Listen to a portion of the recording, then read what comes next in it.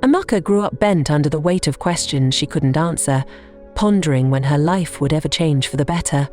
From as far back as she could remember, she felt the burden of loss pressing down on her young shoulders. Her parents were gone, and the home she once knew was reduced to memories, a bittersweet echo of laughter and warmth that no longer existed. Her father, a hard-working farmer, had met his end tragically while climbing a palm tree. He had been harvesting palm fruits to sell at the market when his foot slipped. The fall was fatal, and his death sent shockwaves through their small community. The news of her father's passing reached her mother, who was heavily pregnant at the time. The shock and grief were too much for her fragile body to bear. That night she went into labor prematurely. Despite the desperate efforts of the village midwives, both her mother and the baby Amaka's only sibling did not survive. Amaka, barely 5 years old, became an orphan overnight. Left with nothing but the clothes on her back and the pity of her neighbours, she was taken in by her uncle, Mr. Aid, a man she barely knew. He lived in a faraway town, and though he promised to care for her, Amaka couldn't help but feel like an outsider in his home. Each day, she wondered if this was all her life would ever be, an endless cycle of grief, uncertainty, and silent questions that no one seemed to have the answers to. Her uncle's wife, Auntie Bola, seemed to carry a special resentment for Amaka, one that burned brighter as the years went by. From the moment she arrived, it was as if Amaka's presence in their home was a burden too heavy for Bola to bear. The little girl was immediately thrust into a life of servitude, one that even the adults around her would have found grueling. While Mr. Kohler's children laughed, played and ran carefree around the compound, Amaka was bent over pots and pans, scrubbing tirelessly until her small hands ached. She swept the floors before dawn, washed piles of clothes under the hot sun, and prepared the meals she was often the last to eat. In the stillness of the late hours, long after everyone else had gone to bed, Amaka could still be found at the back of the house, a basin of soapy water before her, and a mountain of clothes waiting to be by. The cold air bit at her fingers, but the real pain came from the cracks and blisters on her hands that carried the evidence of a childhood stolen by relentless work. Her own childhood seemed like a distant dream. Amaka didn't play, didn't laugh, and barely spoke unless spoken to.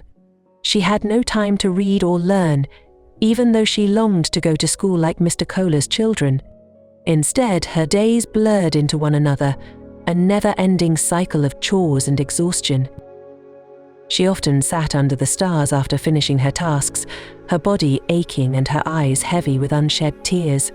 "When will this end?" she would whisper to herself, but the stars, like the rest of the world, remained silent. Amaka, now 15, had spent the last 10 years of her life coming to terms with one harsh reality. There was no one to complain to, no savior to ease her pain.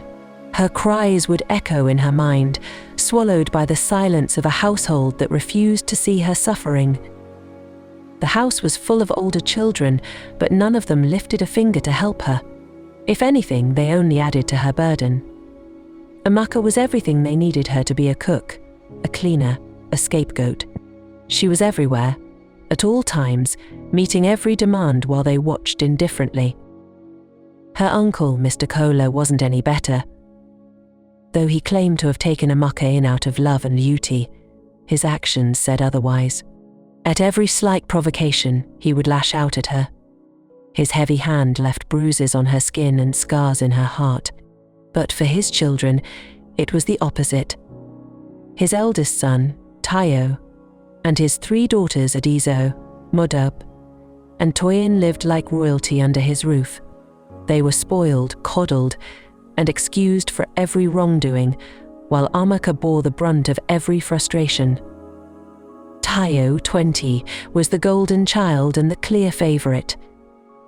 As the eldest, he was given special privileges and had a commanding presence in the household. He rarely spoke to Amaka except to bark orders or criticise her work, and his father held him up as the family's pride. Adesiwa, 18, was vain and dismissive, constantly preoccupied with her appearance and social life. Modupe, 16, enjoyed bossing Amaka around, treating her as little more than a personal servant. And then there was Toyin, 13, the youngest, who was sneaky and often framed Amaka for her own mistakes, knowing her father would believe her over Amaka without question. Amaka had learned to suppress her tears and hide her emotions. Complaining was useless, and resistance only brought more pain. She wondered how long she could endure this life, where love was reserved for others, and cruelty was her constant companion. One hot afternoon, the sun blazed mercilessly over the small compound, its heat radiating off the earth. Amaka, drenched in sweat, juggled between tasks, desperately trying to finish her chores. She knew that if she didn't complete them before everyone returned, she'd face another round of scolding or worse. At the back of the house, surrounded by buckets and basins, she scrubbed the pile of dirty, pale clothes that had been left for her. Her hands, rough from years of hard labor, worked tirelessly as she hummed softly to distract herself from the ache in her arms. The faint rustling of leaves and chirping of birds was the only company she had in the stillness of the afternoon. She hadn't heard anyone approach. Lost in her thoughts and the rhythm of her scrubbing, she didn't notice the faint sound of footsteps behind her. She had locked the door from the outside, as was her habit, ensuring no one would disturb her, or so she thought. Suddenly, a pair of strong hands gripped her. She jolted, her heart leaping into her throat as she spun around, eyes wide with panic. Before her stood Tayo, his pants down, his expression predatory. The world seemed to tilt around her as she tried to process what was happening. Panic surged through her veins, freezing her in place. "What are you trying to do?" she whispered, her voice trembling with fear and disbelief. Her hands flew up instinctively to shield her face from the horrifying sight in front of her. "What does it look like?" Tayo's voice was cold, commanding, and devoid of remorse. His gaze bore into her, unyielding, as if daring her to resist. Amaka's mind raced, her body frozen as the weight of her helplessness pressed down on her. The small, enclosed space at the back of the house now felt suffocating, a trap she couldn't escape from. "Stop whatever you are doing now and meet me in my room," Tayo said, his tone sharp and unyielding, as he pulled up his shorts and walked away, leaving her standing there. Amaka stood frozen, her mind racing but void of any solution. Her heart pounded violently in her chest, and a cold sweat broke out on her forehead. She had faced years of maltreatment in this house, but this was something she had never imagined, a darkness she didn't know how to fight. But she knew better than to keep Tayo waiting.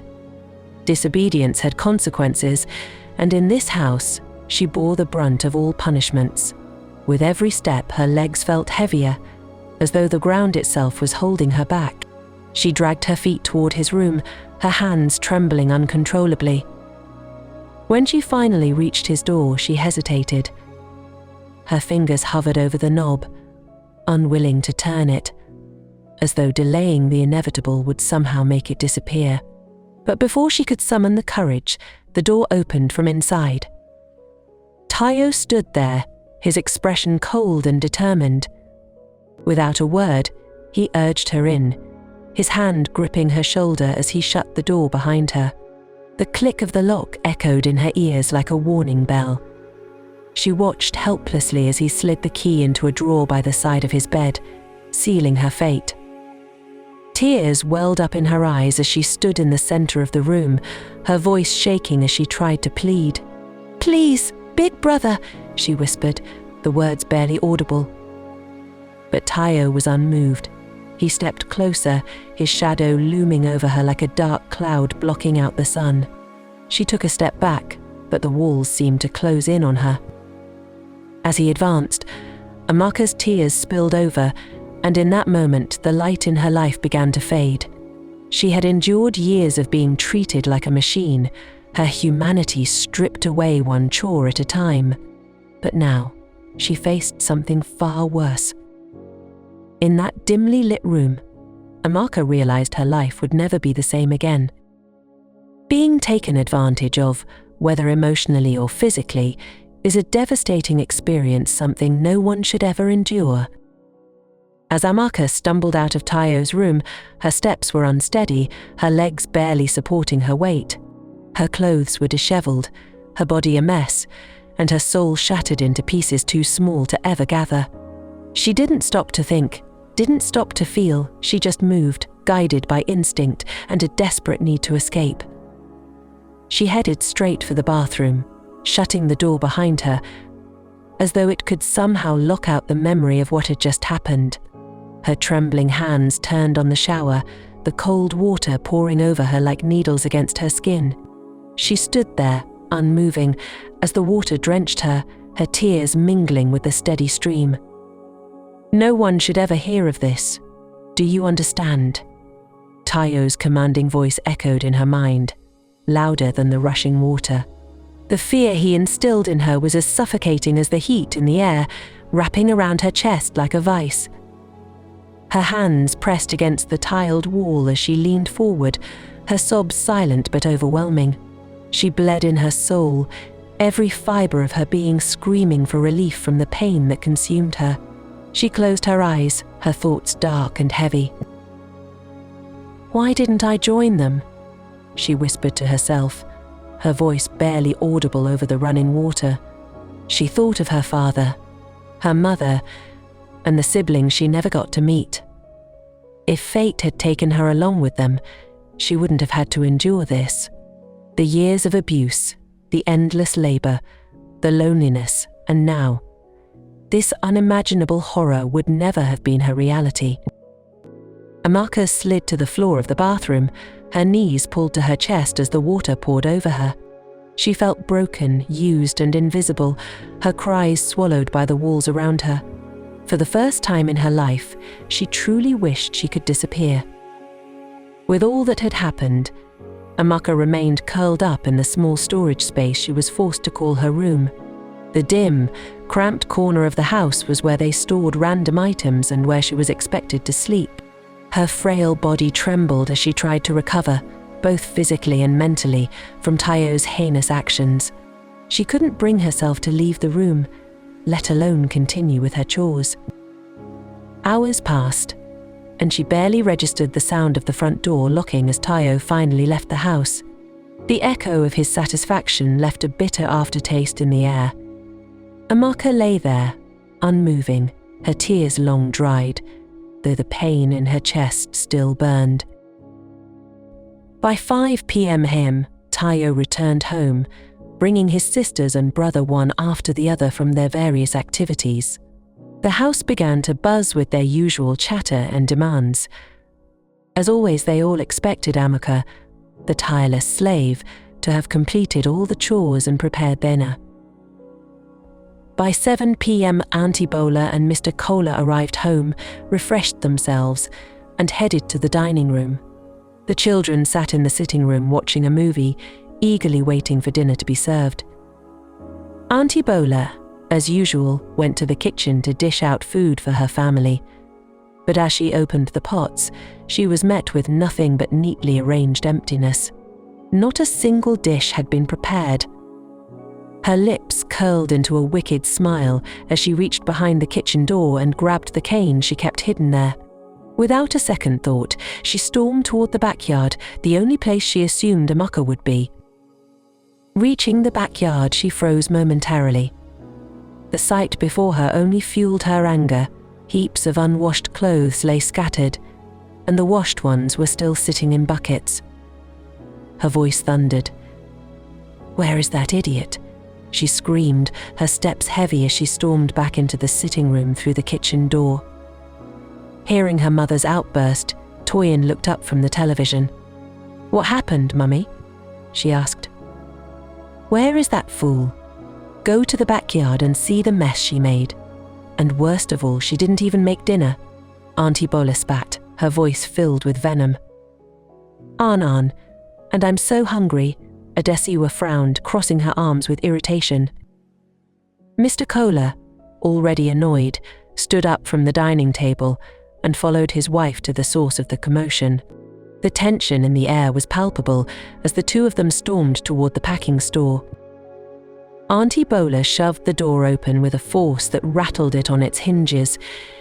Inside, they found Amaka lying on the floor, curled into herself, trembling in her sleep.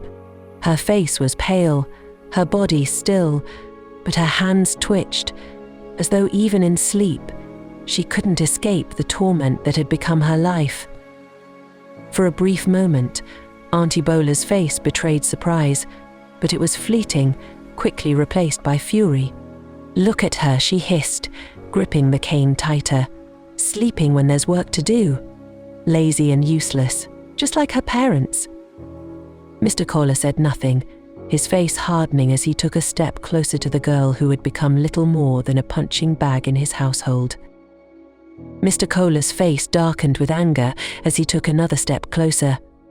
Without hesitation, he swung his leg and kicked Amaka in the side. The force jolted her awake, and she let out a loud scream, her eyes flying open in terror. Her cry echoed through the house, loud enough to draw the children from the sitting room. One by one, they peeked into the packing store, their curiosity piqued by the commotion. Toyin was the first to speak, her voice dripping with sarcasm. "Ah, so this is where you've been hiding instead of working." Adesiwa crossed her arms, her face contorted with irritation. "You didn't wash the clothes, you didn't cook dinner, and now you're just lying here, pretending to sleep. Unbelievable." Amaka struggled to sit up, her body aching from both the kick and the weight of everything she had endured. Tears streamed down her face, but she didn't dare speak. She knew better than to try to defend herself. "You useless girl." Auntie Bola's voice was a sharp slap against the silence. She raised her cane and pointed it at Amaka. "Is this why we took you in? To sleep all day while my children starve? You're not only lazy but ungrateful too." Mr. Kohler stood over her, his expression cold and unrelenting. "Get up now and finish everything you left undone, or you'll see what I'll do to you." Amaka's trembling hands pressed against the floor as she tried to push herself up. Her body felt weak, her mind clouded with the weight of her pain and fear. The children stood in the doorway, watching her like an animal caught in a trap, their expressions a mix of scorn and smug satisfaction. Deep down, Amaka wished she could disappear, wished the ground beneath her would open up and swallow her whole. But all she could do was wipe her tears and prepare to face yet another day of torment in a house that seemed determined to break her spirit. As Amaka weakly made her way to the door, her legs trembling under the weight of her pain and exhaustion, Mr. Kohler's patience snapped. With a grunt of frustration, he showed her roughly from behind. "Move faster, you useless girl," he barked. The push was harder than it seemed, and it sent Amaka stumbling forward. Her frail body, weakened by years of maltreatment, and the trauma she had endured earlier that day, couldn't handle it. Before she could regain her balance, her legs gave out beneath her, and she collapsed onto the cold, hard floor. The room went silent for a moment as her body lay motionless, her breath shallow and ragged. Her arms hung limp by her sides, and her face bore the glazed, distant look of someone whose spirit was teetering on the edge.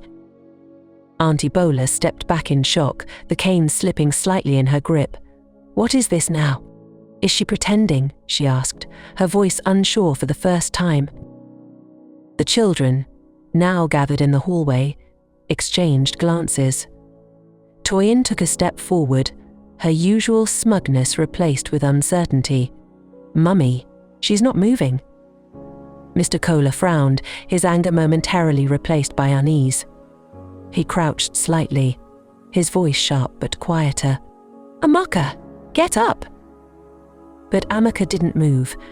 Her body remained still, her chest barely rising and falling as the weight of the day consumed her. For the first time, a flicker of fear crossed Mr. Kohler's face. Auntie Bola's eyes darted between Amaka and her husband. Aid, what if something's wrong with her? The children's earlier disdain turned to nervous whispers, their eyes now fixed on the girl lying motionless on the floor. The reality of the situation was beginning to sink in, leaving a heavy tension in the air. Get water quickly. Auntie Bola barked, her voice shaky with a mix of irritation and fear. Modupe, wide-eyed and visibly unsettled, dashed to the backyard to fetch a bucket of water. Within moments she was back, the bucket sloshing in her hands. Without hesitation, they emptied the cold water over Amaka's limp body. The water soaked her clothes and pooled on the floor, but Amaka didn't stir. Not a single flinch or gasp came from her. The stillness was haunting. She's not moving, Modupe whispered, her voice trembling as she backed away slightly. Mr. Kohler knelt beside Amaka, his frustration giving way to something closer to panic. This girl. What kind of problem is this? He muttered under his breath. Without another word, he scooped her up in his arms, her small, frail body limp against his chest. Tayo, get in the car, he barked as he rushed out of the house with Amaka. Tayo, startled but quick to obey, grabbed the car keys and followed closely behind. As the car sped off toward the hospital, Auntie Bola stood silently for a moment, gripping the cane in her hand.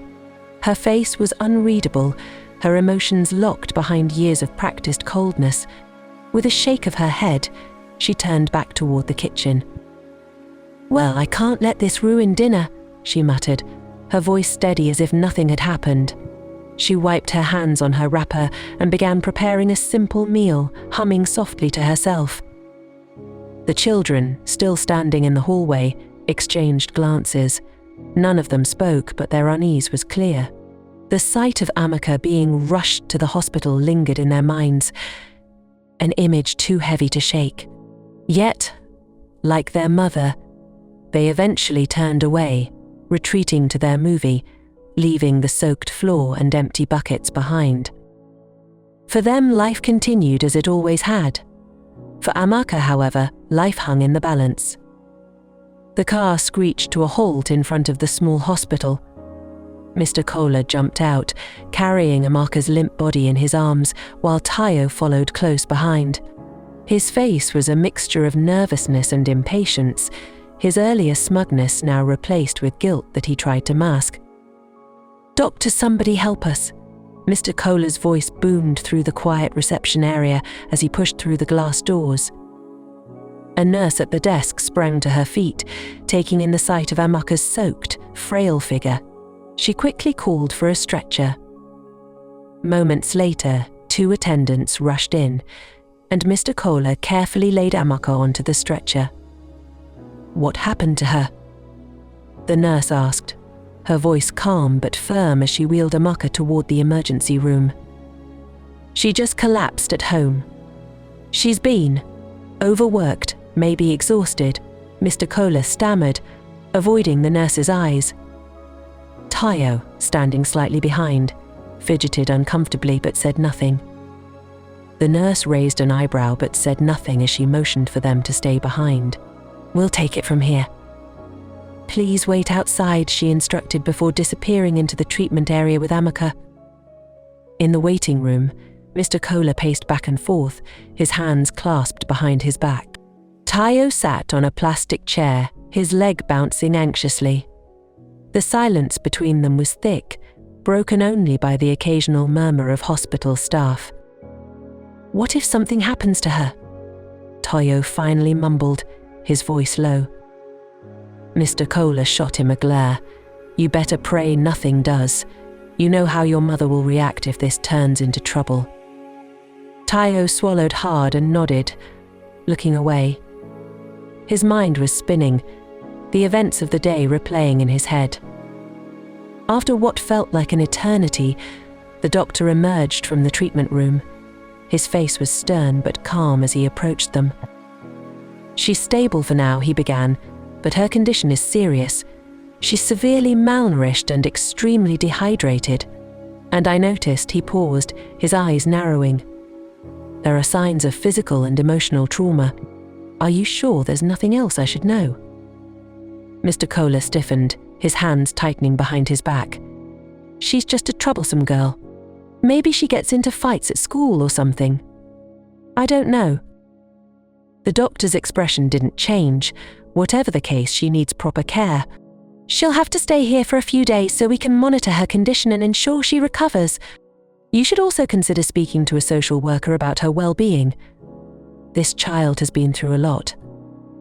Mr. Kohler forced a smile. Thank you, Doctor. We'll make sure she's fine. As the doctor walked away, Mr. Kohler turned to Tayo. Don't say a word about this to anyone. Do you hear me? Tayo nodded, his face pale. Meanwhile, in the sterile room where Amaka lay, her body felt heavy, but her mind was beginning to stir. The unfamiliar scent of antiseptic filled her nostrils, and the soft beeping of machines echoed around her. Slowly, she opened her eyes, blinking against the harsh fluorescent light. For the first time in years, Amaka felt a glimmer of something she hadn't known in a long time, hope. Though faint and fragile, it was there. Maybe, just maybe, this could be the beginning of a new chapter. As Auntie Bola and her children sat around the dining table, the aroma of the freshly made yam pottage filled the air. They laughed and chatted casually, completely unbothered by Amaka's absence or the events that had transpired earlier. Auntie Bola took a bite of the food and reached for her phone, dialing her husband's number. She tapped her fingers impatiently on the table as the call connected. "Hello, Aid," she said, her tone firm and businesslike. "How's that girl?" Join me next time for the part 2 of this story. Trust me, you won't want to miss it. Hit that like button for more thrilling content, subscribe for new uploads, comment below with your theories and reactions. Share with friends and family who love a good story. I'll see you in the next video. Thanks for being an amazing part of this journey.